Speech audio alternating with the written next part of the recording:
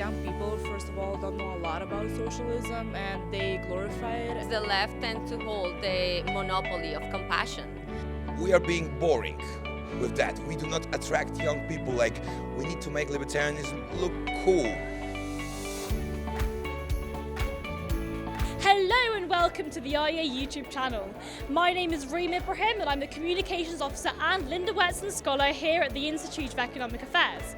In 2023, the Fraser Institute published a report which found that young people, no matter the country, tend to favour socialism as the ideal economic system. In the US, this figure was around 43%, whereas in the United Kingdom, this was a whopping 53%. So why do young people hate capitalism? Today I'm going to be talking to attendees at the Level Up conference hosted by the Objective Standard Institute to find out why young people seem to flock in their numbers towards socialism. Okay. So girls, what are your names and where do you come from? My name is Sabrina, I'm from Uruguay, I'm the president of Lola Uruguay. My name is Anna, I'm from Venezuela and I'm the president of Lola Canada. Yeah. So why do you think young people tend to favour socialism as an economic system? Well, it has different reasons, but I think that young people, they tend to virtue signal a lot.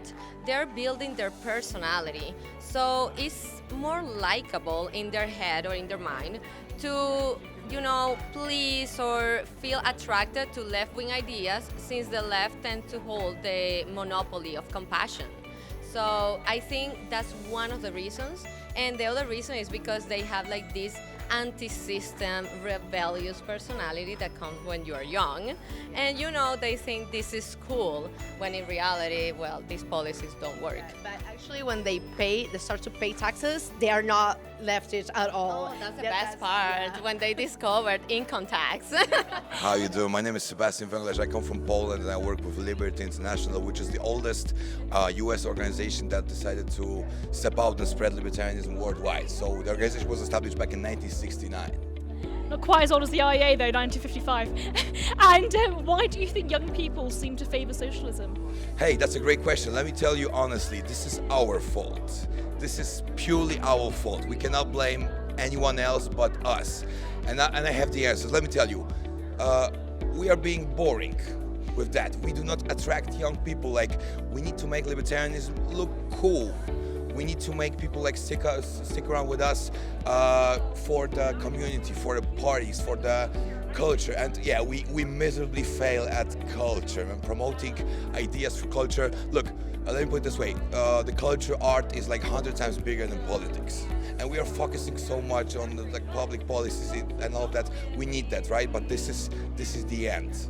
Right? We need to come back and start from the beginning. I totally agree. I think we also need sort of libertarian policymakers, but we also need libertarian doctors and lawyers and libertarian artists and musicians. I'm Alexandra, I'm 22 and I come from Belgrade, Serbia. Amazing. And why do you think that a lot of young people at the moment seem to be quite attracted to socialist economies?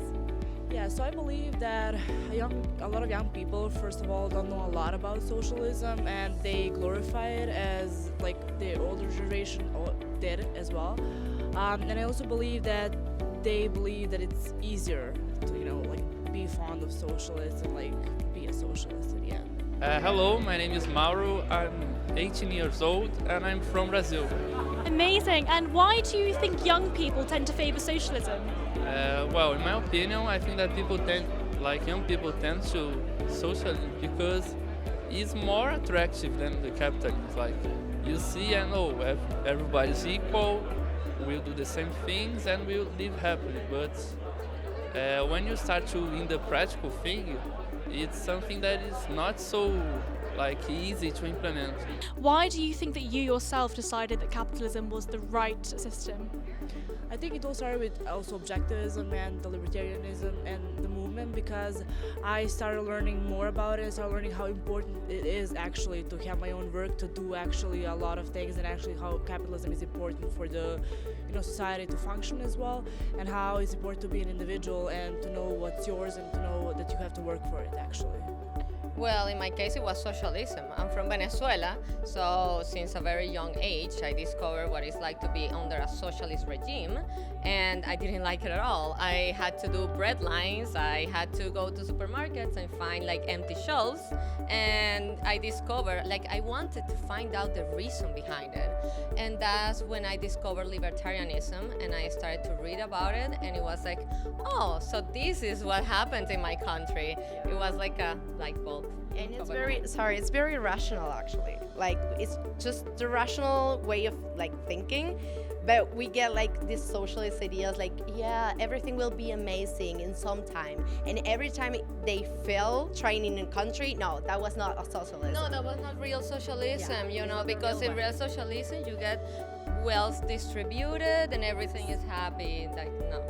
One of my colleagues wrote a book called Socialism, the Failed Idea That Never Dies. Yeah. And as soon as a socialist economy, so that so-called socialist economy is seen to fail, for example with the Soviet Union, all of the socialist intellectuals tend to then say that actually this wasn't real socialism in the first place.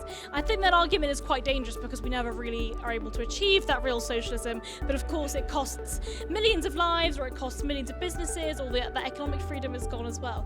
Hi, my name is Anna. I'm 21 and I'm coming from Kyiv, Ukraine. I prefer capitalism because I'm ready to fight for my dreams and I'm ready to build my life myself and not be in hope for government anywhere. So if you could, in one sentence, one line, try and convince a young person that capitalism is the better economic system, how would you do that?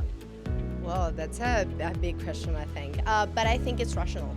So the thing is, what is capitalism? I think we always need to go to the roots. Like, what is capitalism? It's just, I have this candy, so I want to sell this candy because I have more, so I don't want this one. And they bring this, like, Anna, do you want to buy this one? Do you want? Yeah, I like the candy. Okay, so I will charge her like five pounds to get the candy. And maybe she told me like, no, I don't want to pay like 5, I have 3. Are you okay with that? And maybe I'm not, so I say, oh, okay, so we can have like 4, or it's okay for you? Mm-hmm. Yeah, I can. So yeah, this is for you, and that's simple. It's capitalism. And I think we need to get to the first definition, because nowadays people just put a lot of things in the definition that is not accurate at all. Yeah, let's start with the fact that capitalism was a word invented by Marx himself. So capitalism in reality is free market economy. And free market economy is just transaction between humans. Like when you think about it, it's about freedom. Capitalism is about freedom. I love this as the price mechanism right here. We love it. How do you think we can better convince young people that capitalism, the free market, the voluntary exchange of goods and services is a better system than a socialist economy where the state decides your entire lives, they dictate what you can and cannot do? How do we convince young people that the freedom, the free market, that individualism is the way forward? Yeah, so look, so we perfectly know that people do not operate on, most of the people do not operate on like rationality, facts and stuff, all that. We got all of that. We got all the statistics, all the numbers, research, all of that, right? So we need to engage emotions in it, right? So look, so for example, like we are right now, as Liberty National, we are working on 2 cartoons. Cartoon series, like full size. One of them is based on the Jonathan Gullible book. So like we are targeting teenagers, younger audience, pretty much. We are also doing a soundtrack, so that's like the entire album to accompany it with. And look, just trying all of these different. Yeah, it sounds cliche, but we need to step out of our comfort zones, right? Hey, we can print and look, I read reports and I still read books. I'm very old. But we need to have some more, right? We need to do some crazy stuff. We cannot be afraid of like standing up for our rights. That's what we do. That's why we are here, right? Let's take it to the fullest. Let's take it to the max. That is amazing. Sebastian, I think you are single-handedly making the libertarian movement seem cool. So thank you for that. Thank you. Thank you, Reem. Thank you to the entire IA team. Keep up the good work, guys.